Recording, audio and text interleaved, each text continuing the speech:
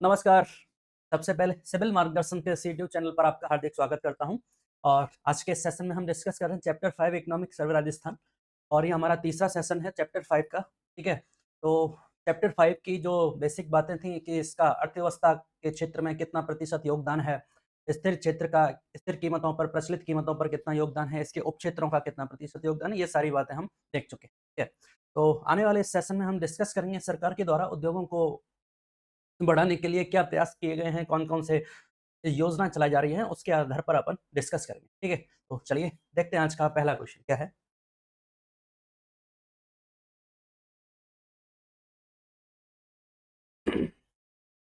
चलिए, तो आज का पहला क्वेश्चन आधारित है प्रधानमंत्री विकसित भारत रोजगार योजना के संबंध में निम्नलिखित कथनों पर विचार करना है और बताना है कि कौन-सा कथन सही है। ठीक है?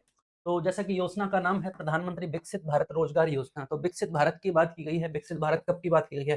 एट द रेट 2047 तक की बात कर रहे हैं अपन। विकसित भारत, विकसित राजस्थान 2047 का गवर्नमेंट का लक्ष्य है। तो इस लक्ष्य की प्राप्ति के लिए सरकार ने विभिन्न प्रयास किए हैं। तो इसी क्षेत्र में रोजगार को बढ़ाने के लिए एक योजना चलाई है। ठीक है? तो उस पे विचार करना है। पहला स्टेटमेंट देखते हैं, पहला स्टेटमेंट क्या है? कि यह योजना 1 अगस्त 2025 से लागू की गई। तो याद रखना है कि जो आपकी स्कीम है पीएमवीवीआरवाई, प्रधानमंत्री विकसित भारत रोजगार योजना, कब से चालू हुई है ये? 1 अगस्त और 2025 से प्रारंभ की गई है। पहली इंपॉर्टेंट बात, कब से प्रारंभ हुई है? 1 अगस्त 2025 से योजना प्रारंभ की गई है। दूसरी यही इसी के साथ-साथ हम ये भी देख लेते हैं कि इसका जो लाभ है, वो कब तक उठाया जा सकता है? तो ये योजना 2027 तक संचालित रहेगी। ठीक है? 2027 तक संचालित रहेगी, 2 वर्ष की अवधि के लिए इस योजना को प्रारंभ किया गया है।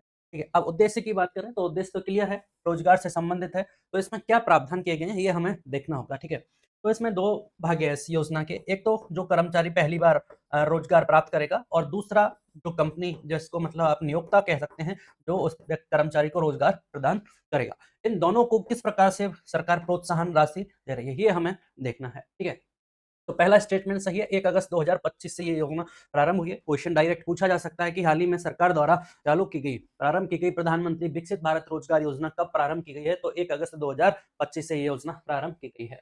इसका उद्देश्य केवल औद्योगिक रोजगार को बढ़ाना है, तो ये स्टेटमेंट हमारा गलत हो जाता है। क्यों गलत हो जाता है? क्योंकि केवल इंडस्ट्री के क्षेत्र में रोजगार को बढ़ाने की बात नहीं की गई है, यहाँ बात की गई है ओवरऑल रोजगार को बढ़ाने की। जैसा कि हमारी अर्थव्यवस्था के 3 क्षेत्र हैं, प्राथमिक क्षेत्र, द्वितीयक क्षेत्र और तृतीयक क्षेत्र। तृतीयक क्षेत्र में सेवा क्षेत्र इंक्लूड है और जो हमारा इंडस्ट्रियल सेक्टर है, वो हमारे द्वितीयक क्षेत्र में इंक्लूड होता है और वहीं प्राथमिक क्षेत्र में हमारा कृषि क्षेत्र को सम्मिलित किया जाता है। तो अर्थव्यवस्था के तीनों जो सेक्टर्स हैं, उसमें हमें रोजगार को बढ़ाने की प्रावधान किया गया है। तो ये केवल इस वजह से गलत हो गया कि यहाँ केवल वर्ड दे रखा है, बाकी तो कोई दिक्कत थी नहीं इसमें। योजना के अंतर्गत 2 वर्षों में 3.50 करोड़ रोजगार का सृजन करा। आप देखिए, जैसे कि हमने बात की, 1 अगस्त 2025 से संचालित की गई है, 2027 तक संचालित की जा रही है और 2 वर्षों की अवधि कितना है? 2 वर्ष की अवधि में रोजगार कितना है? मतलब 3.50 करोड़ लोगों को रोजगार प्रोवाइड कराने का लक्ष्य है। ठीक है? तो काफ़ी बड़ा लक्ष्य है, काफ़ी बड़े रोज़गार के अवसर जनरेट करने पड़ेंगे, ठीक है? तो इस रोज़गार जनरेट भी करने पड़ेंगे और इस तरह से इस कर्मचारियों को लाभान्वित भी किया जाएगा, ठीक है? अब इन दोनों को किस तरह से लाभान्वित किया जाएगा इस योजना के तहत, वो हमें देखना होगा। स्टेटमेंट तीसरा अपना सही है, ठीक है? तो पहला और तीसरा स्टेटमेंट सही है, बी ऑप्शन हमारा राइट आंसर होगा, ठीक है? अब इस योजना के 2 पार्ट हैं, इसको अपन देखते हैं। जैसा कि हमने देखा, इसकी प्रभावी तिथि 1 अगस्त 2025 है। योजना का प्रकार है रोजगार संबंध प्रोत्साहन योजना है, ये बात सही है, बिल्कुल सही बात है। जैसा ये नाम से ही क्लियर है कि रोजगार से संबंधित योजना है। अब यहाँ से देखिए आप, रोजगार सृजन को बढ़ावा देना है, बिल्कुल सही बात है। रोजगार से संबंधित है, रोजगार को बढ़ावा देना है। दूसरी इंपॉर्टेंट बात है, एम्प्लॉयबिलिटी को भी बढ़ाना है। जैसे कि एक बार रोजगार जनरेट कर दिया, ठीक है? कोई कर्मचारी किसी कंपनी में काम करने लग गया, लेकिन उसकी एम्प्लॉयबिलिटी को बढ़ाना है। इसका मतलब क्या है? इसका तात्पर्य ये है कि व्यक्ति को समय के साथ टेक्नोलॉजी से अपडेट रहना है। समय के अनुसार अपने को जो भी नई टेक्नोलॉजी आ रही है या जो भी कंपनी का नए प्रोसीजर्स हैं, उनके अकॉर्डिंग अपने को अपडेट रखना है। स्किल डेवलपमेंट की भी बात की गई है। तो रोजगार की जो क्षमता है, उसमें अभी विकास करना है। तीसरा है कार्यबल का औपचारिकरण, मतलब 2 प्रकार के क्षेत्र हैं, असंगठित क्षेत्र और संगठित क्षेत्र।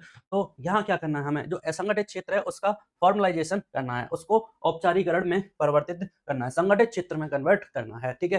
तो ये प्रमुख 3 उद्देश्य हैं इसके। रोजगार के अवसर जनरेट करने हैं, रोजगार के अवसर सृजन करने हैं। उसके बाद अगला प्रोसेस यही है कि उसकी जो रोजगार क्षमता है, एम्प्लॉयबिलिटी है, उसको बनाए रखना है, स्किल डेवलपमेंट पे ध्यान देना है और अगला क्या है, उसका संगठन को क्या करना है, औपचारिकरण, फॉर्मलाइजेशन हमें करना है, ठीक है। तो ये इसके उद्देश्य रहे। अगर अपन को मेंस के अकॉर्डिंग पूछा जाए कि प्रधानमंत्री विकसित भारत रोजगार योजना पर टिप्पणी कीजिए या लेख लिखिए, तो इस प्रकार हमें लिखना होगा, ठीक है। फिर बात की है, देखो कितना व्यय किया गया इस पे, मतलब 99,446 करोड़ रुपए का इसका परिव्यय है कुल योजना का। और ये हमने देखा 2 वर्षों में 3.50 करोड़ रोजगार के अवसर जनरेट करने हैं। लाभ अवधि हमने देखा 1 अगस्त 2025 से प्रारंभ की गई है और 31 जुलाई 2027 तक है। एग्जैक्ट 2 वर्ष का टाइम पीरियड इसमें इंक्लूड किया गया है, 1 अगस्त 2025 से और आपके 31 जुलाई 2027 तक। हमने बताया कि योजना के 2 भाग हैं। 2 भाग हैं, तो पहली भाग है जो उसको पहली बार रोजगार पाने वाले कर्मचारी। भाग ए में पहले बार कोई कर्मचारी अगर नौकरी पा रहा है तो उसको किस तरह से लाभान्वित किया जाएगा, ठीक है। तो देखिए, केवल पहली बार ईपीएफओ सदस्य बनने वाला कर्मचारी वाला इसमें पात्र होगा। तो एक्चुअली ईपीएफओ क्या है? ईपीएफओ एक संस्था है, मतलब एम्प्लॉयमेंट प्रोविडेंट फंड ऑर्गेनाइजेशन है, जो कर्मचारियों के जो भविष्य निधि है, पेंशन है, उसके ये डेटा यही रखता है, ये डिपार्टमेंट रखा जाता है ईपीएफओ के द्वारा, ठीक है। तो ईपीएफओ के द्वारा जो कर्मचारी पहली बार सदस्य बनेगा उसको इससे लाभान्वित किया जाएगा, ठीक है। यहाँ भी क्लियर है कि पहली बार रोजगार पाने वाले कर्मचारी को इससे लाभान्वित किया जाएगा, ठीक। अब इसमें अधिकतम जो वेतन सीमा रखी गई है वो कितनी लाख रुपए रखी है? 1 लाख रुपए प्रति माह, मतलब ऐसा व्यक्ति जिसकी जो सैलरी है, वेतन है, वो 1 लाख रुपए प्रति माह तक है, उसको ही लाभान्वित किया जाएगा। पहली बार जो रोजगार प्राप्त करेगा उसको, उसके बाद उसकी सैलरी देखी गई 1 लाख रुपए तक। फिर बात की गई भाई उसको प्रोत्साहन राशि मिलेगी, ये वाली बातें हमें इस योजना के तहत देखनी। प्रोत्साहन राशि 1 माह में उनके ईपीएफ वेतन के बराबर उसको राशि मिली जाएगी, जो अधिकतम कितनी होगी? उसकी 15,000 रुपए राशि होगी, ठीक है। और इस 15,000 रुपए की राशि का भुगतान किसमें किया जाएगा? 2 बार किया जाएगा, वर्ष में 2 बार किया जाएगा। पहली किस्त उसको 6 माह बाद और दूसरी उसको 12 माह बाद मिलेगी, 2 किस्तों में, ठीक है। ये बात हमें ध्यान रखनी है। इसका मतलब क्या हुआ? पार्ट ए में उन कर्मचारियों को लाभान्वित किया जाएगा जिनको पहली बार रोजगार प्राप्त हुआ है और वो ईपीएफओ में पहली बार रजिस्टर्ड हुए हैं, जिनकी सैलरी 1 लाख रुपए से कम है, और उनको सरकार क्या देगी? प्रोत्साहन राशि देगी। प्रोत्साहन राशि कितनी देगी? 15,000 रुपए की अधिकतम प्रोत्साहन राशि प्रदान की जाएगी, जो 2 किस्तों में मिलेगी, पहली 6 महीने बाद और उसके बाद सेकंड 12 महीने बाद मिलेगी। अब आपको लग रहा होगा कि यार पहली बार रोजगार भी मिल गया, इसका कर्मचारी सदस्य भी बन गया, फिर प्रोत्साहन राशि क्यों?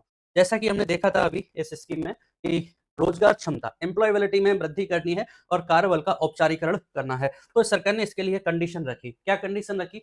15,000 रुपए तब मिलेंगे आप जब वित्तीय साक्षरता पाठ्यक्रम पूरा करना अनिवार्य है आपके लिए। तो ये जो शर्त है, इस शर्त की वजह से रोजगार के अवसर लगातार जनरेट होते रहे हैं और काम में व्यक्ति लगा रहे, तो यहाँ से वित्तीय साक्षरता पाठ्यक्रम को पूरा करना हमारे लिए अनिवार्य है, तब वो राशि मिलेगी। दूसरी बात है भाग बी, नियोक्ता। नियोक्ता किसको कहा जाता है? जो एम्प्लॉयर होता है, मतलब जो एम्प्लॉयमेंट प्रदान करना है, जिसकी कंपनी है व्यक्ति की, ठीक है, उसको क्या कहा जाता है? नियोक्ता कहा जाता है। तो ईपीएफओ पंजीकृत नियोक्ताओं को भी प्रोत्साहन किया जाएगा और इसके लिए ये जो कंपनी है वो और अधिक रोजगार जनरेट करे, इसके लिए क्या प्रावधान किया गया है? उनके लिए प्रति अतिरिक्त कर्मचारी 3,000 रुपए प्रति माह दिए जाएंगे, ठीक है। और यहाँ से विनिर्माण क्षेत्र हेतु अधिकतम 4 वर्षों तक इसको लाभान्वित किया जाएगा, ठीक है।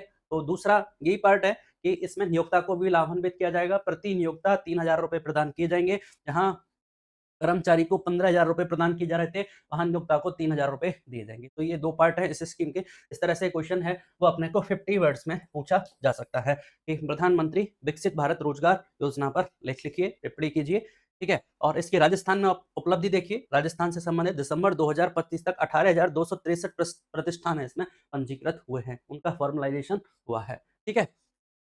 तो ये हमें याद रखना है। चलिए क्वेश्चन अगला यही पुट अप किया जा सकता है कि पीएमवीवीआरवाई के अंतर्गत प्रथम बार रोजगार पाने वाले कर्मचारी को, पहली बार कोई कर्मचारी रोजगार प्राप्त कर रहा है तो उसको अधिकतम कितनी राशि का प्रोत्साहन किया जाएगा? तो ये हमने देखा, उसको 15,000 रुपए की राशि का प्रोत्साहन किया जाएगा, जो भी 2 किस्तों में, ठीक है। 2 किस्तों में 6 माह बाद और आपके दूसरी किस्त 12 माह बाद मिलेगी। और इसके लिए कंडीशन का क्या था? वित्तीय साक्षरता का पाठ्यक्रम कंप्लीट होना चाहिए। वित्तीय साक्षरता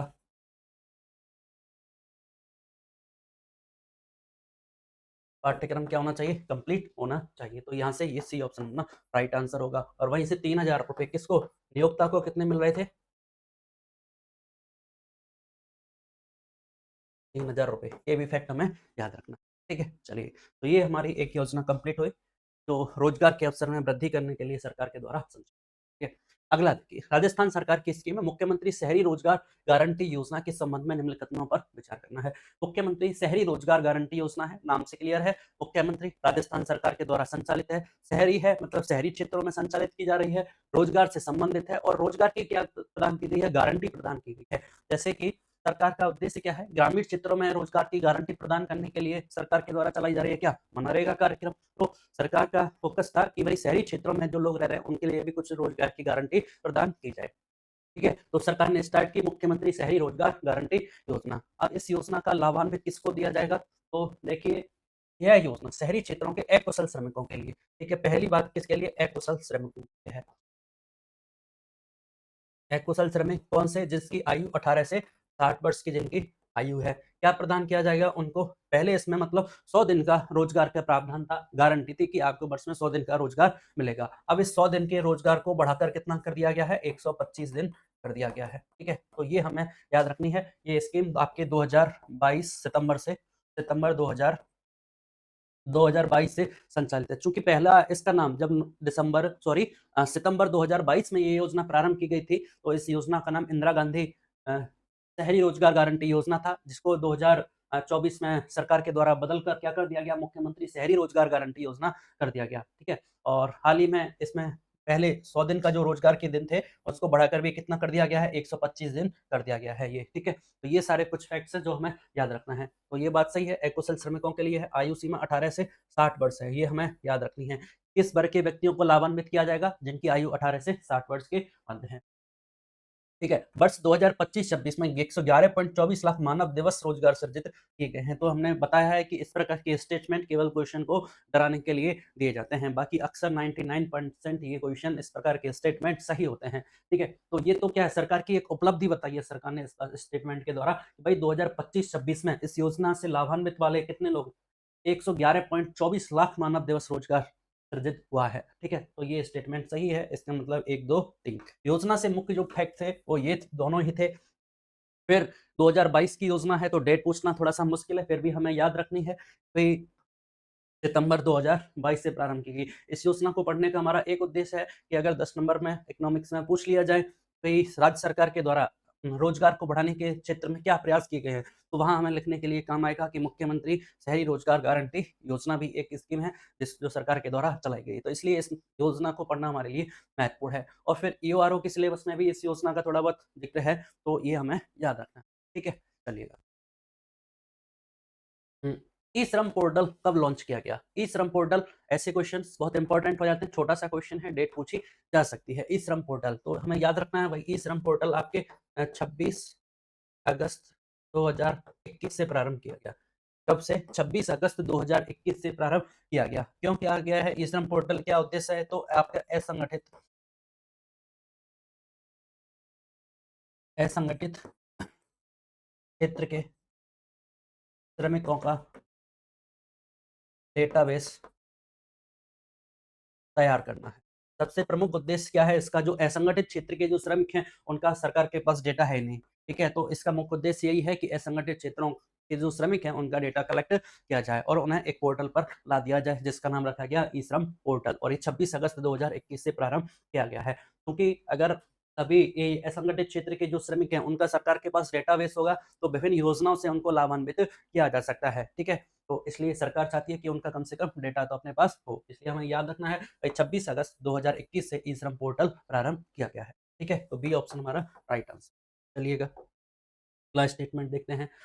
मुख्यमंत्री युवा संबल योजना के संबंध में निम्नलिखित कथनों पर विचार करें। सारी बात क्या है, सरकार रोजगार के प्रदान करने के अवसर प्रदान कर रही है। अगर रोजगार नहीं भी मिल पा रहा है, तो उनके लिए कुछ बेरोजगारी भत्ता इस तरह का भी प्रावधान सरकार के द्वारा किया गया है। तो ये बातें भी हमें याद रखनी है। ठीक है, देखिए कि ये स्कीम इसी से रिलेटेड है। मुख्यमंत्री युवा संबल योजना, मुख्यमंत्री युवा, मुख्यमंत्री राज्य सरकार के द्वारा संचालित है, युवा युवाओं से संबंधित है, संबल प्रदान कर रही है। तो संबल प्रदान करने युवाओं को मतलब बेरोजगारी भत्ता प्रदान किया जा रहा है। बस बात इतनी याद रखनी है कि पुरुषों को कितना दिया जा रहा है, महिलाओं को कितना दिया जा रहा है। ठीक है, और इसके अलावा क्या प्रावधान किया गया है, कि आपको बेरोजगारी भत्ता प्राप्त करते समय एक तो पहले आपको 3 माह का जो प्रशिक्षण कार्यक्रम है उसको पूरा करना पड़ेगा और इसके बाद आपको 4 महीने की जो इंटर्नशिप है वो अनिवार्य है सरकारी कार्यालयों में, ठीक है? तो यहाँ से याद रखें, बेरोजगारी भत्ता पाने के लिए 3 माह का कौशल प्रशिक्षण आवश्यक है, ठीक है? उसके बाद आपको 4 घंटे प्रतिदिन इंटर्नशिप अनिवार्य है, फिर आपको 4,000 रुपए प्रति माह मिलेगा। किसके लिए? पुरुषों के लिए, ठीक है? ये हमें याद रखना है, पुरुषों के लिए 4,000 और महिलाओं के लिए 4,500 रुपए का प्रति माह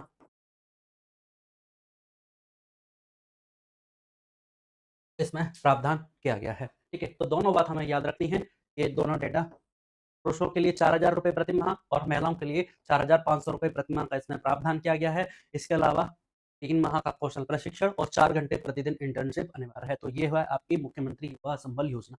फिर अगली बात ये है कि भाई ऐसे कब तक चलता रहेगा, ये कितना टाइम पीरियड कितना है? तो ये है आपके अधिकतम 2 वर्ष के लिए प्रावधान है। अधिकतम 2 वर्ष तक। अधिकतम तो ये 2 वर्ष तक मिलेगा और अगर किसी को 2 वर्ष से पहले रोज़गार मिल जाता है, किसी की नौकरी लग जाती है, तो उसको भी ये प्रदान नहीं किया जाएगा, ठीक है? तो चलिए किस तीनों स्टेटमेंट सही है, इसका मतलब ये डी ऑप्शन अपना राइट आंसर हो। फिर है मुख्यमंत्री युवा संबल योजना के अंतर्गत बेरोजगारी भत्ता अधिकतम कितने समय तक दिया जा रहा है? तो हमने देखा ये तो 2 वर्ष तक अधिकतम दिया जाएगा, ठीक है? 2 वर्ष तक दिया जाएगा, इसका मतलब बी ऑप्शन राइट आंसर है, सिंपल सा क्वेश्चन है। आर्थिक समीक्षा 2025-26 के अनुसार राजस्थान की श्रम बल भागीदारी दर और बेरोजगारी दर क्रमशः क्या है? राजस्थान की श्रम बल भागीदारी दर और बेरोजगारी दर बतानी है। आर्थिक समीक्षा 2025-26 का सबसे पहले तो जो टर्म है इसको समझना होगा कि श्रम बल भागीदारी दर क्या है, ठीक है? श्रम बल मतलब कौन से वे लोग हैं जो काम करने के आयु वर्ग क्या है? काम करने वाले लोगों का आयु वर्ग क्या है? ठीक है? तो उसको क्या कहा जाता है? श्रम बल कहा जाता है। अब उनकी कितनी भागीदारी है, मतलब कितने लोगों को रोजगार मिल रखा है, वो क्या हो गया? भागीदारी, ठीक है? इसमें 2 लोगों को इंक्लूड किया गया है, एक तो जो रोजगार कर रहे हैं और जो रोजगार की तलाश में हैं, दोनों को इसमें सम्मिलित किया जाता है, ठीक है? बेसिकली आयु की बात करें, श्रम बल भागीदारी आयु की, तो भारत में लगभग 15 से 59 वर्ष की जो एज है, इसको क्या माना जाता है? श्रम बल भागीदारी की आयु माना जाता है, ठीक है? तो ये हमें दर बतानी है आज की डेट में राजस्थान में आर्थिक समीक्षा 2025-26 के अनुसार कितनी दर है और साथ में बेरोजगारी की दर कितनी है। तो ये हमें याद रखना है कि राजस्थान में श्रम बल भागीदारी की जो दर है वो आपके 64.4% है। 64.4% है और राजस्थान की जो बेरोजगारी की दर थी वो है आपकी 4.2%। दोनों बात हमें याद रखनी है। श्रम बल कितना है? 64.4 और 4.2 बेरोजगारी की दर है। इस तरह से बी ऑप्शन हमें राइट आंसर है। ठीक है, तो याद रखना है, फैक्ट है, पूछा जा सकता है। श्रम बल भागीदारी दर 64.4%। चलिएगा अगला क्वेश्चन।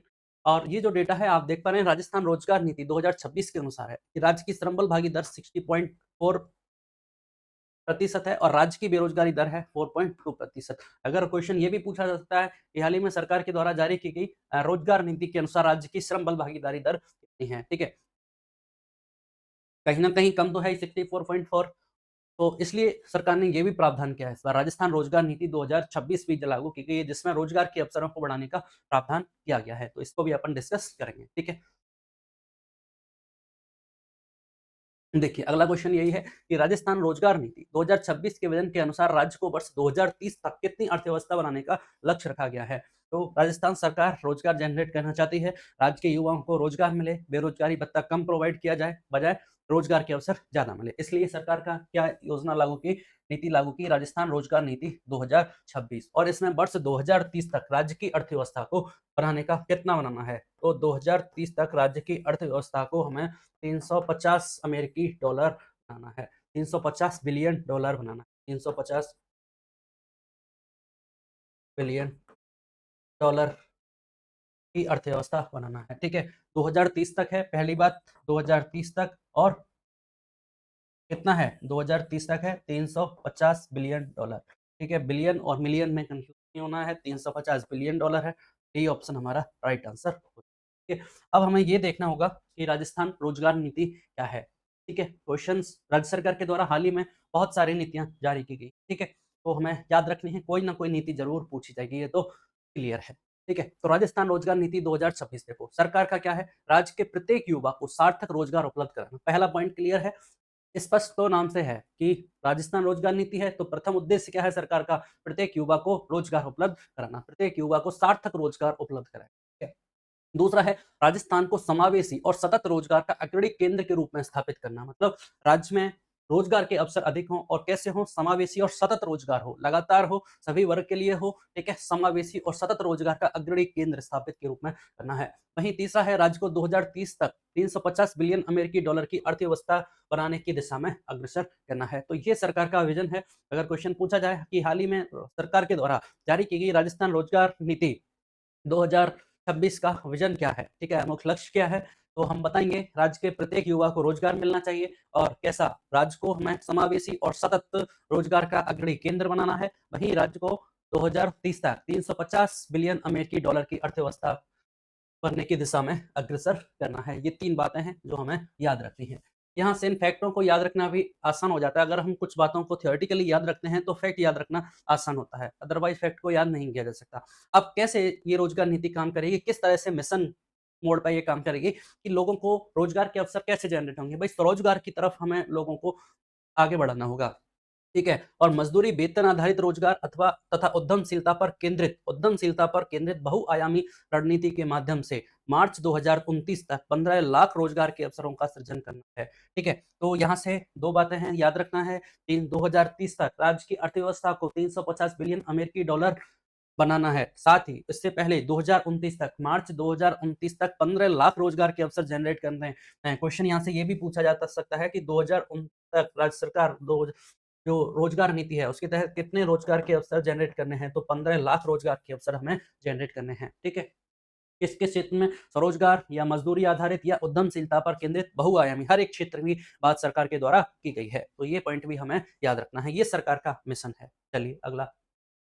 अब रोजगार जनरेट करने की बात की गई तो हर एक क्षेत्र में करने हैं, ठीक है, चाहे अर्थव्यवस्था का प्राथमिक क्षेत्र हो, चाहे द्वितीयक क्षेत्र हो, चाहे आपका तृतीयक क्षेत्र हो। जैसे कि प्राथमिक क्षेत्र और ग्रामीण अर्थव्यवस्था का पुनरुत्थान करना है, तो ग्रामीण अर्थव्यवस्था का पुनरुत्थान करना है तो कैसे रोजगार के अवसर जनरेट हो? तो भाई महिलाओं के द्वारा जो संचालित सेल्फ हेल्प ग्रुप हैं उनको प्रोत्साहन करना है, आजीविका के माध्यम से विभिन्न जो कार्यक्रम चलाए जा रहे हैं उनको प्रोत्साहित करना है, हस्तशिल्प को बढ़ावा देना है, खाद्य प्रसंस्करण उद्योग को बढ़ावा देना है, ठीक है, कृषि उद्यमिता को, खाद्य प्रसंस्करण को, वन आधारित आजीविका है उसको बढ़ाना है, इको टूरिज्म को बढ़ाना है। तो इस तरह से ये हमें क्या होगा, प्राथमिक क्षेत्र बूस्ट होगा और हमारा ग्रामीण जो अर्थव्यवस्था है, अ, जो हमारी ग्रामीण अर्थव्यवस्था है इसको भी प्रोत्साहन मिलेगा इससे, ठीक है? तो ये हमें याद रखना है भई। देखो पहला पॉइंट यही है, आजीविका के माध्यम से महिला नेतृत्व करने वाले स्वयं सहायता समूहों को सुदृढ़ करना है। लखपति दीदी योजना का विस्तार करते हुए वित्तीय संसाधनों तक बेहतर पहुँच सुनिश्चित करनी है। कृषि उद्यमिता, खाद्य प्रसंस्करण और आपका क्या इको टूरिज्म है, वन आधारित आजीविका को बढ़ावा देना है। अगला है कि आय सुरक्षा और स्थायी परिसंपत्ति निर्माण के उद्देश्य से नरेगा के तहत कार्य दिवसों की संख्या को 125 तक बढ़ाना है। अभी नरेगा में जैसे 100 दिन का रोजगार का प्रावधान है और दूसरा वहाँ अस्थायी काम करा जाता है, ठीक है? लेकिन अब सरकार चाहती है कि आय की सुरक्षा की दृष्टि से और स्थायी परिसंपत्ति निर्माण हो। नरेगा के तहत स्थायी परिसंपत्ति का निर्माण हो और आय की सुरक्षा भी बढ़े। इसलिए इसके रोजगार के दिनों को कितना बढ़ाने का प्रावधान किया गया है, 125 दिन तक इसको बढ़ाना है। इस तरह से प्राथमिक क्षेत्र और ग्रामीण अर्थव्यवस्था का पुनरुत्थान होगा। तो पहला पॉइंट इसका यही है। अब द्वितीय क्षेत्र के लिए क्या प्रावधान किया गया है? जैसा कि हमने देखा द्वितीय क्षेत्र किसका है? विनिर्माण और हरित रोजगार का गति प्रदान करनी है। ठीक है? अब इसमें कौन-सा आएगा? प्रमुख क्षेत्र आएँगे आपके विनिर्माण के क्षेत्र, मैन्युफैक्चरिंग क्षेत्र आएगा और औद्योगिक क्षेत्र की इसमें बात की गई है। अब औद्योगिक क्षेत्र की बात की गई तो देखो टेक्सटाइल क्षेत्र इसमें आ गया, तो इसके लिए सरकार ने क्या बनाया? पीएम मित्र योजना है, ठीक है? हस्तशिल्प क्षेत्र है, तो इसके लिए OD OP one district one product आपकी जो पॉलिसी है सरकार के द्वारा चलाई जा रही है। नवीकरणीय ऊर्जा को विशेष प्रोत्साहन दिया जा रहा है, चाहे सौर ऊर्जा की बात हो, चाहे आपके पवन ऊर्जा की, बायोगैस, बायोमास ऊर्जा की बात की गई है सरकार के द्वारा, ठीक है? इनको हमें प्राथमिकता देनी है तथा कुशल श्रमिकों के लिए अंतर्राष्ट्रीय रोजगार अवसरों को सुगम बनाना है। ठीक है, अगर कोई स्किल्ड लेबर है हमारे पास, स्किल्ड श्रमिक हैं, तो उनके लिए अंतर्राष्ट्रीय स्तर तक बात की गई है सरकार के द्वारा रोजगार अवसर उपलब्ध कराने की। ठीक है, तो ये पॉइंट भी हमें द्वितीयक अर्थव्यवस्था के क्षेत्र में याद रखना है। इसके अलावा द्वितीय उद्योगों के क्षेत्र हमारा सबसे प्रमुख सेक्टर है कौन-सा है? एमएसएमई सेक्टर है। सूक्ष्म लघु मध्यम उद्योगों को बढ़ावा देना है। सरकार के द्वारा एमएसएमई पॉलिसी जारी की गई है, ठीक है? और आरआईपीएस रिप्स पॉलिसी, अब रिप्स पॉलिसी सबसे बेसिक पॉलिसी है, Rajasthan investment promotion scheme. Rajasthan investment जो प्रमोशन स्कीम है, इसके जो लाभ हैं, वो सरकार हर एक योजना में दे रही है, चाहे एमएसएमई योजना हो, चाहे हमने कल 2 स्कीम और देखी थी, मतलब ठीक है? सारी योजनाओं में, सारी जितनी पॉलिसी हैं उसमें इसके लाभ दिए जा रहे हैं, ठीक है? तो आपके एमएसएमई का प्रोत्साहन, ईपीएफ, ईएसआई प्रतिपूर्ति, रोजगार आधारित प्रोत्साहन के माध्यम से स्थानीय स्तर पर रोजगार सृजन को प्रोत्साहन करना है। जैसे अभी हमने देखा किसमें, प्रधानमंत्री विकसित भारत रोजगार योजना में, उसमें वही ईपीएफ की बात की गई थी, रोजगार आधारित प्रोत्साहन को भुगतान किया जा रहा था, 15,000 रुपए की राशि दी जा रही थी, कर्मचारी को 3,000 रुपए राशि दी जा रही थी, किसको? नियोक्ता के लिए।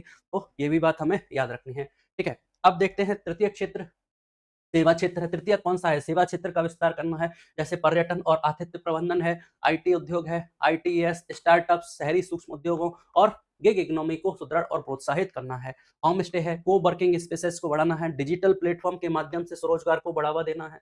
और वहीं सरकार, अगला पॉइंट क्या है? सार्वजनिक क्षेत्र में भी रोजगार को बढ़ावा देगी, ठीक है? तो ये 4 प्रावधान किए गए हैं, इस तरह से रोजगार के अवसरों को बढ़ाने का प्रावधान किया गया है, ठीक है? तो हमें प्राथमिक क्षेत्र में याद रखना है, प्राथमिक क्षेत्र में जैसे खाद्य प्रसंस्करण की बात की गई, कृषि उद्योगों की बात की गई, है ना? और वन आधारित संपदा की बात की गई, ठीक है? वहीं द्वितीय क्षेत्र में आपका टेक्सटाइल उद्योग था, हस्तशिल्प था, उसके लिए ओपीडीपी पॉलिसी थी और आपका क्या, इसमें एमएसएमई को बढ़ाने का प्रावधान किया गया था। वहीं तृतीय क्षेत्र के ये हमें नाम याद रखने हैं, जैसे पर्यटन, आतिथ्य की बात की गई है, होम स्टे की बात की गई है, स्टार्टअप्स की बात की गई है, शहरी सूक्ष्म उद्योगों की बात की गई है। तो ये सारे पॉइंट्स हमें लिखने के काम आएँगे, ठीक है? वहीं से प्रीलिम्स के अकॉर्डिंग देखें तो 2 फैक्टर इम्पोर्टेंट हैं हमारे, कौन-कौन से? कि एक तो 2030 तक 350 बिलियन की राजस्थान की अर्थव्यवस्था को विकसित करने की ओर अग्रसर करना है और मार्च 2029 तक 15 लाख रोजगार अवसर जनरेट करने की बात कही गई है। तो 2 फैक्ट प्रीलिम्स के अकॉर्डिंग इंपॉर्टेंट है, बाकी ये मेंस में पूछी जा सकती है, ठीक है?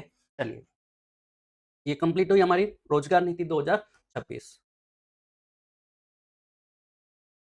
चलिए, जैसे अगला क्वेश्चन है कि अर्थव्यवस्था के द्वितीय क्षेत्र के अंतर्गत निम्न में से क्या शामिल है? ठीक है? तो इस तरह का क्वेश्चन पूछा जा सकता है। आपने देखा पर्यटन, ये तो तृतीय क्षेत्र की बात की, तो विनिर्माण और हरित रोजगार की बात की, ये ही आपके सम्मिलित था। किसमें? द्वितीय क्षेत्र में। शिक्षा और स्वास्थ्य इसमें इंक्लूड था नहीं, ठीक है? चलिएगा, अगला देखते हैं।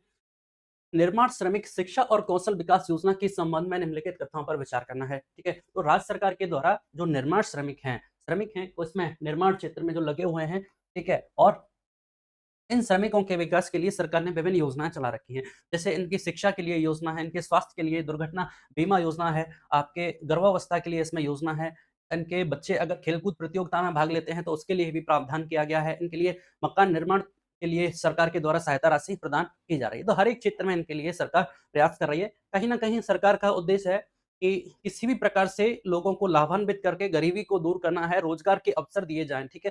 सबको रोजगार सहायता प्रदान करनी है, सरकार का मूल उद्देश्य यही है। अब इसके लिए सरकार ने क्या योजना चलाई? निर्माण श्रमिक शिक्षा और कौशल विकास योजना है। अब इस योजना के तहत सरकार ने क्या प्रावधान किया कि भई 6th क्लास से जो बच्चे हैं इनके 6th क्लास से आगे पढ़ने के लिए इनको क्या दिया जाता है, कक्षा 6 से आगे जो अध्ययनरत बच्चे हैं इनको 8,000 से 25,000 रुपए तक छात्रवृत्ति दे रही है। 8,000 से 25,000 रुपए तक इसमें प्रावधान किया गया है।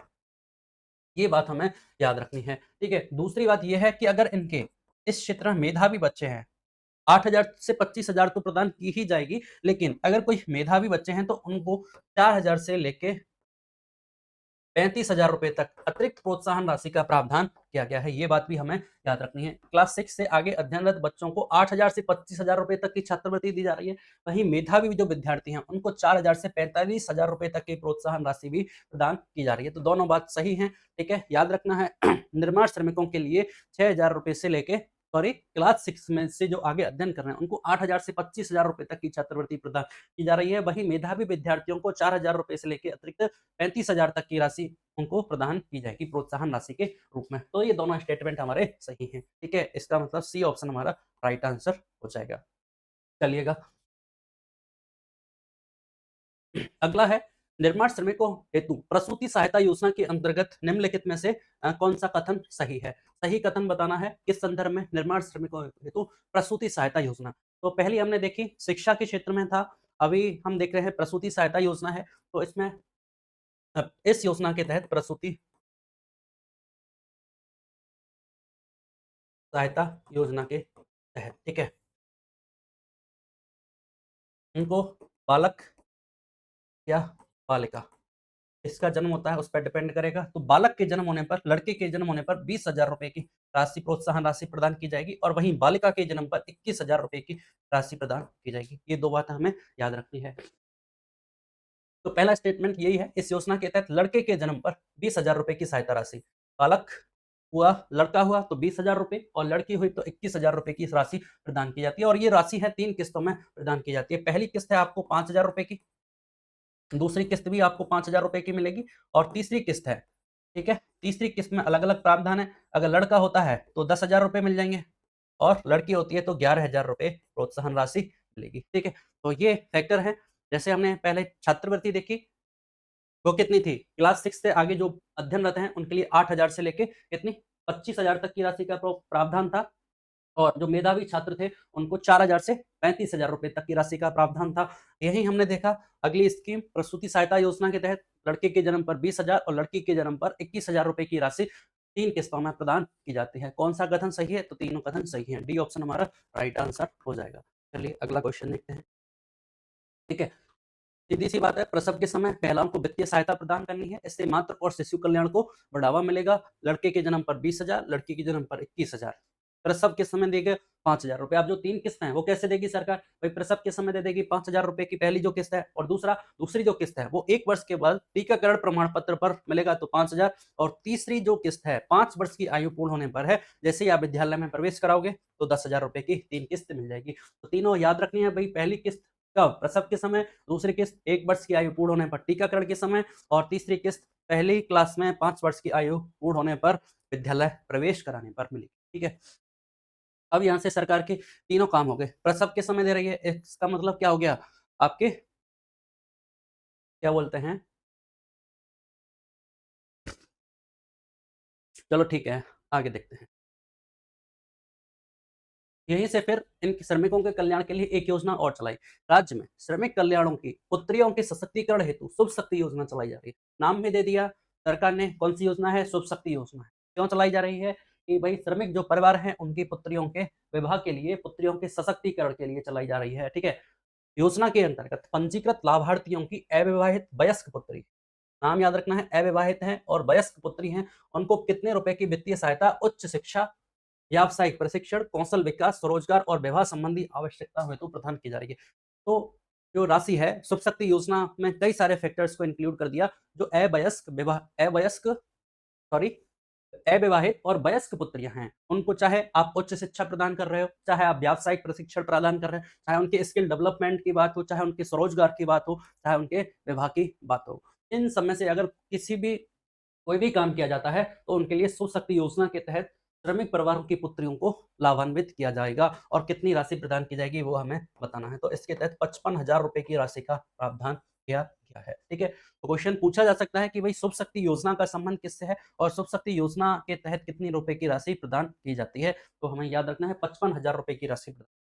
ये ऑप्शन इसमें आपका राइट आंसर हो जाएगा। तो आप देख रहे हैं श्रमिकों के कल्याण हेतु ये तीसरी योजना थी। अगला देखो, अंतरराष्ट्रीय खेल प्रतियोगिताओं में निर्माण श्रमिकों के बच्चों को प्रोत्साहन के संदर्भ में निम्नलिखित कथनों पर विचार कीजिए। अगर निर्माण श्रमिक हैं, इनके बच्चे खेल प्रतियोगिता में भाग लेते हैं या कोई पदक जीतते हैं, चाहे कांस्य पदक, चाहे रजत पदक हो या स्वर्ण पदक, तो उनको प्रोत्साहन राशि मिलेगी। अब कितनी मिलेगी? प्रतियोगिता में भाग ले लिया। पहली बात करते हैं कब? प्रतियोगिता में भाग लेने पर। कोई भी प्रतियोगिता है, आपने पार्टिसिपेशन कर लिया तो आपको 2 लाख रुपए की राशि का प्रावधान किया गया है। ठीक है? अगली बात देखते हैं भाई, आपने कांस्य पदक जीत के लाए। कांस्य पदक जीतने पर कितने 5 लाख रुपए की राशि का इसमें प्रावधान किया गया है। ठीक है? फिर रजत पदक जीतने पर 8 लाख रुपए की राशि और यहाँ से आपके स्वर्ण पदक जीतने पर 11 लाख रुपए की राशि का प्रावधान किया गया है। तो ये चारों बात हमें याद रखनी है। भाग लेने पर 2 लाख रुपए दिए जाते हैं, स्वर्ण पदक जीतने पर 11 लाख रुपए दिए जाते हैं और आपके रजत पदक जीतने पर 8 लाख रुपए दिए जाते हैं। इस बात को हमें थोड़ा-सा एक बार देखना होगा। हाँ, 2 लाख रुपए है, कांस्य पदक जीतने पर 5 लाख, रजत पदक जीतने पर 8 लाख और स्वर्ण पदक जीतने पर 11 लाख रुपए की राशि का प्रावधान किया गया है। ठीक है? तो यहाँ से डी ऑप्शन हमारा राइट आंसर हो जाएगा। 1, 2 ये हमें याद रखना है। चलिए अगला क्वेश्चन देखते हैं। निर्माण श्रमिक सुलभ आवास योजना के तहत अधिकतम कितनी राशि का अनुदान दिया जा रहा है? वही निर्माण श्रमिकों को आवास निर्माण करना है, घर बनाना है, इसके लिए भी सरकार लाभान्वित कर रही है और इनको अधिकतम कितनी राशि? 3 लाख रुपए, 15 लाख, 1.5 लाख रुपए और 5 लाख रुपए। तो इनको अधिकतम जो राशि है वो कितनी प्रदान की जाएगी? वो 1.5 लाख रुपए प्रदान की जाएगी। ठीक है, तो ये हमें याद रखनी है भाई, निर्माण सेवकों को आवास निर्माण के लिए 1.5 लाख रुपए की अधिकतम राशि का प्रावधान किया गया है। तो मतलब सरकार का हर एक स्तर पर की ओर ध्यान है। निर्माण श्रमिकों का सुलभ आवास योजना के अंतर्गत लाभार्थियों को हाउसिंग फॉर ऑल, शहरी अकोमोडेबल हाउस स्कीम, मुख्यमंत्री जन आवास योजना या अन्य किसी केंद्र या राज्य सरकार की आवास योजना के तहत अपना घर खरीदने या निर्माण करने हेतु 1.5 लाख रुपए तक का अनुदान प्रदान किया जाएगा। ठीक है, आपने देखा आवास बनाने के लिए, खेल प्रतियोगिता में भाग लेने के लिए, प्रसव संबंधी और यहाँ तक शुभ शक्ति योजना बालिकाओं के लिए उच्च शिक्षा प्रदान करने हेतु उनको स्वरोजगार के अवसर, उनके विवाह के अवसर या फिर उनके शिक्षा के क्षेत्र में प्रोत्साहन करने के लिए हर तरह से सरकार इनको लाभान्वित कर रही है। ठीक है, अगला देखिए, श्रम बल भागीदारी दर की पुनः बात की गई है। इस संबंध में निम्नलिखित तथ्यों पर विचार करना है कि वर्ष 2023-24 में राजस्थान की श्रम बल भागीदारी दर 67.6 थी। ठीक है, तो ये बात की गई है इसमें वर्ष 2023-24 में बात की गई है। में क्वेश्चन थोड़ा सा डिफिकल्ट है क्योंकि 2023-24 का डेटा है, लेकिन इकोनॉमिक रिव्यू किस में दे रखा है, 2025-26 में ये दे रखा है, तो इसलिए हमारे लिए महत्वपूर्ण हो जाता है। खासकर असिस्टेंट प्रोफेसर जैसे एग्जाम है या आरएएस प्रीलिम्स जैसे एग्जाम है, इसमें इस तरह के क्वेश्चन पूछे जाने की संभावना रहती है। ठीक है, तो वर्ष 2023-24 में राजस्थान की श्रम बल भागीदारी दर, जिसको क्या कहते हैं, LFPR के नाम से भी जाना जाता है, लेबर फोर्स कुछ है, इसकी फुल फॉर्म को हमें देखनी होगी। तो राजस्थान में कितनी थी, राजस्थान में वही 67.6 थी, जबकि भारत की बात करें तो भारत में 64.3 थी। ठीक है, 64.3 और 67.6। ठीक है, अभी हमने थोड़ी देर पहले देखा था कि राजस्थान की रोजगार नीति के तहत कितनी थी। राजस्थान की रोजगार नीति के तहत राज्य की जो श्रम बल भागीदारी दर थी वो 64.4 थी, वहीं राज्य की बेरोजगारी दर कितनी थी, 4.2 थी। लेकिन ये आर्थिक समीक्षा 2023-24 का यहाँ डेटा पूछा गया है। भाई श्रम बल भागीदारी दर कब की पूछी गई है, 2023-24 को। 23-24 को राजस्थान में ये कितनी थी, 67 थी। ठीक है, और अभी वर्तमान में राजस्थान में कितनी है, 64.4 है, जबकि भारत में उस समय कितनी थी, 64.3 थी। तो ये दोनों स्टेटमेंट सही है, सी ऑप्शन हमारा राइट आंसर हो जाएगा। चलिएगा अगला क्वेश्चन देखते हैं। आर्थिक समीक्षा 2025-26 के अनुसार वर्ष 2025-26 दिसंबर तक पेट्रोलियम क्षेत्र से राजस्थान को कितना राजस्व प्राप्त हुआ है। तो पेट्रोलियम के क्षेत्र में राजस्थान का अग्रणी स्थान है। ठीक है, और राजस्थान में रिफाइनरी योजना रिफाइनरी संचालित है, तो हमें याद रखना है कि भाई ये डेटा हमारा थोड़ा सा इंपॉर्टेंट है। ठीक है, तो हाल ही में पेट्रोलियम के क्षेत्र में राजस्थान को कितना राजस्व की प्राप्ति हुई है, सरकार को ये हमें बताना है 2025-26 दिसंबर तक। ठीक है, तो यहाँ से हमें डेटा याद रखना है, 1533 करोड़ रुपए का डेटा, ये है बात 1533 करोड़ रुपए की। तो राजस्थान सरकार को 1533 करोड़ का राजस्व प्राप्त हुआ है पेट्रोलियम क्षेत्र से। पेट्रोलियम के उत्पादन में राजस्थान का पूरे भारतवर्ष में सेकंड स्थान है। अगर पहला फैक्ट हमें ये याद रखना है, कौन सा स्थान है देश भर में, राजस्थान का सेकंड स्थान है। ठीक है, फिर हम बात करेंगे रिफाइनरी है, तो रिफाइनरी के कितने बेसिन है, 4 बेसिन है, वो भी हमें याद रखने हैं।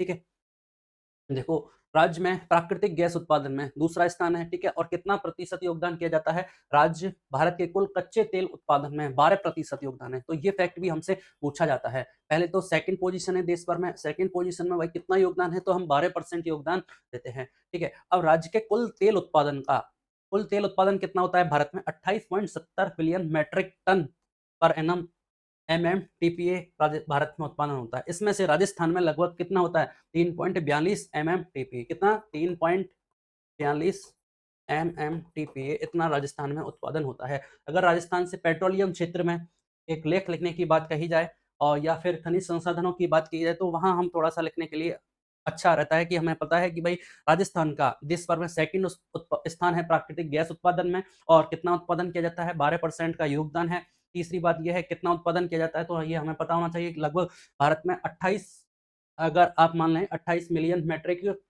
टन पर एनम, इसमें से 3.42 राजस्थान में उत्पादन किया जाता है। हमें पता है राजस्थान में 4 पेट्रोलियम बेसिन है। 4 पेट्रोलियम बेसिन में पहला है हमारा बाड़मेर सांचौर बेसिन। इनमें हमें किस बेसिन में कौन से डिस्ट्रिक्ट आते हैं, ये हमें याद रखना है। तो इन 4 बेसिन है, पहली बात तो ये 4 बेसिन है, और इन 4 बेसिन में राजस्थान के लगभग 14 जिले सम्मिलित होते हैं। ठीक है, ये भी हमें याद रखना है। पहला है बाड़मेर सांचौर बेसिन, तो बाड़मेर, एक तो बाड़मेर जिला आ जाएगा, बाड़मेर के बाद इसमें जालौर आ जाएगा, और तीसरा जिसमें बालोतरा जिला इसमें सम्मिलित है। तो कौन सा, बाड़मेर, जालौर और बालोतरा, 3 जिले इसमें सम्मिलित हो गए। ठीक है, फिर बात करते हैं जालोर जैसलमेर बेसिन की। तो जैसलमेर में जैसलमेर, फलौदी और आंशिकतः बीकानेर, बीकानेर इसमें में सम्मिलित है। जैसलमेर बेसिन में आपका फलौदी, जैसलमेर और बाड़मेर, आंशिक बाड़मेर इसमें सम्मिलित है। क्योंकि अगला बेसिन का नाम देखो क्या है, बीकानेर और नागौर बेसिन है। तो बीकानेर इसमें भी आएगा और बीकानेर का कुछ आंशिक पार्ट जैसलमेर बेसिन में भी इंक्लूड है। तो बीकानेर और नागौर, गंगानगर, हनुमानगढ़ और चोरू जिले, इसमें 5 जिले सम्मिलित हैं। तो यहाँ से क्वेश्चन पूछा जा सकता है बीकानेर, नागौर बेसिन में कौन-कौन से राजस्थान के जिले सम्मिलित हैं। तो 2 जिले तो ये हो गए बीकानेर और नागौर। इसके अलावा हमारा गंगानगर, हनुमानगढ़ और चोरू 3 जिले और ये भी इंक्लूड हैं। तो इस प्रकार इसमें कुल 5 जिले इंक्लूड, ठीक है। चौथा बेसिन है आपका विंध्यन बेसिन। विंध्यन बेसिन में कोटा, बारां, झालावाड़, 3 तो ये हाड़ौती की डिस्ट्रिक्ट है। बूंदी आंशिक रूप से इंक्लूड है। इसका मतलब चारों के डिस्ट्रिक्ट हमारे हाड़ौती के इंक्लूड है, कोटा, बूंदी, बारां, झालावाड़। इसके अलावा धौलपुर और करौली। चंबल डिस्ट्रिक्ट कोटा, बूंदी, बारां, झालावाड़, धौलपुर, करौली और आपके भीलवाड़ा, चित्तौड़। इस प्रकार 1 2 3 4 5 6 7 8 डिस्ट्रिक्ट हो गए आपके। 8 9 10 11 12 13 14 15 16 और 17 डिस्ट्रिक्ट। तो ये कुछ कुछ तो मिक्स हैं, जैसे आपका यहाँ भी आ रहा है बीकानेर, इधर भी है, इधर भी है। तो इस तरह से ये हमारे 14 जिले हो गए या 17 जिले मान लीजिए, या 17।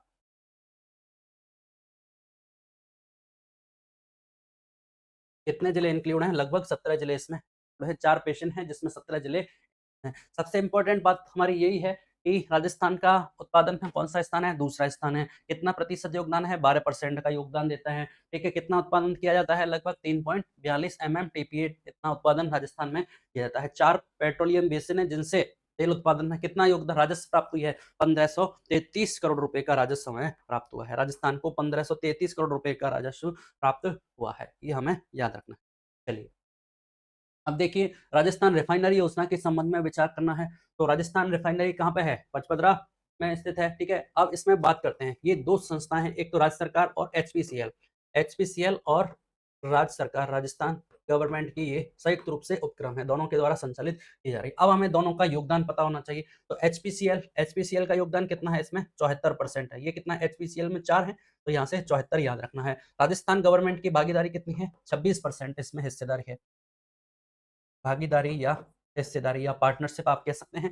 तो ये डेटा जो हमें बहुत इंपॉर्टेंट है, ये हमें याद रखना है कि भाई ये 74% है और ये कितना है? आपके 26% है। क्योंकि यहाँ से क्या है, बहुत कन्फ्यूजेबल ऑप्शन बनते हैं। जैसे आपको दे दिया 74 26 दे दिया, ठीक है। फिर आपको कितना दे देगा?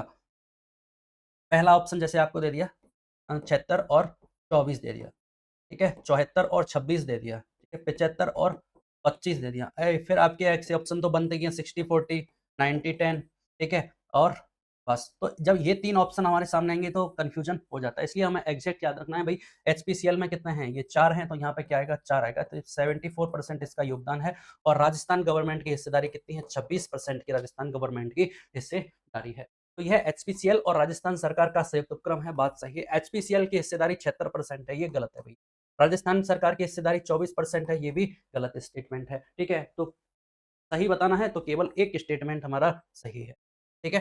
तो बहुत आसान लगता है क्वेश्चन कि राजस्थान रिफाइनरी, एचपीसीएल और राजस्थान सरकार की हिस्सेदारी पूछी है केवल मात्र, तो हमें याद रखना है कि योगदान कितना है। बाकी हमने फैक्ट देखा, याद रखना है, बहुत ही महत्वपूर्ण है। राजस्थान का सेकंड स्थान है, कितना परसेंट? 12% योगदान देते हैं और कितना 3.42 एमएम टीपीए उत्पादन किया जाता है और 3533 करोड़ रुपए का राजस्व इस वर्ष प्राप्त हुआ है। तो इंपॉर्टेंट फैक्ट्स हैं, ठीक है। यहाँ से अगला फैक्ट यही जोड़ा, आपकी हिस्सेदारी कितनी है? 74 26% की हिस्सेदारी है। रेड इक्विटी की बात करेंगे तो 2:1 की रेड इक्विटी है, ये भी अपन देखने वाले हैं। चलो, ठीक है, चलिएगा।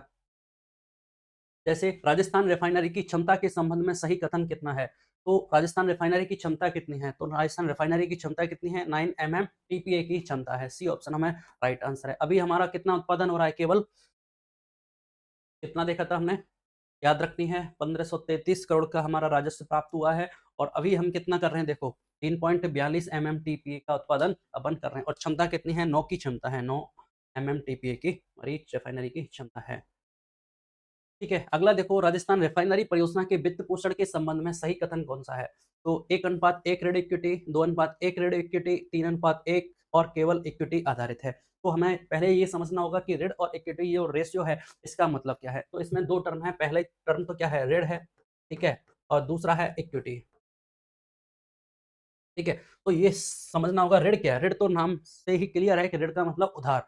उधार मतलब राजस्थान सरकार और जो आपकी ये संस्था है एचपीसीएल, ठीक है? इसमें से इसने कितना पैसा उधार लेके ये चलाई जा रही है, ठीक है? तो 2 जैसे कि आप 2 अनुपात ये 1 का रेशियो है, ठीक है? इक्विटी मतलब इन संस्थाओं का खुद का पैसा इसमें लगा हुआ है, वो तो हो गया इक्विटी, ठीक है? और ऋण जो उधार लेके पैसा लगाया गया है, वो है 2। जैसे आपकी मान लो 3000 की कंपनी है, 3000 में से आपने ₹2000 क्या है उधार लेके लगाए और 1000 आपने अपने खुद से लगाए। तो ये आपका जो रेशियो हो गया ऋण और इक्विटी का कितना हो गया वो 2:1 हो गया। ये हमें याद रखना है, ठीक है? तो बी ऑप्शन हमारा राइट आंसर। चलिए का अगला क्वेश्चन देखते हैं। राजस्थान के कच्चे तेल उत्पादन के संबंध में निम्नलिखित कथनों पर विचार करना है। भारत के कुल कच्चे तेल उत्पादन में राजस्थान का योगदान 12% है। अभी हमने देखा 12% योगदान है, सही बात है। और राज्य में लगभग 3.42 एमएमटीपीए कच्चे तेल का उत्पादन होता है, ये भी सही बात है, अभी अपन देख चुके हैं। तो दोनों स्टेटमेंट सही है, सी ऑप्शन हमारा राइट आंसर हो जाएगा। ठीक है, चलिएगा अगला देखते हैं।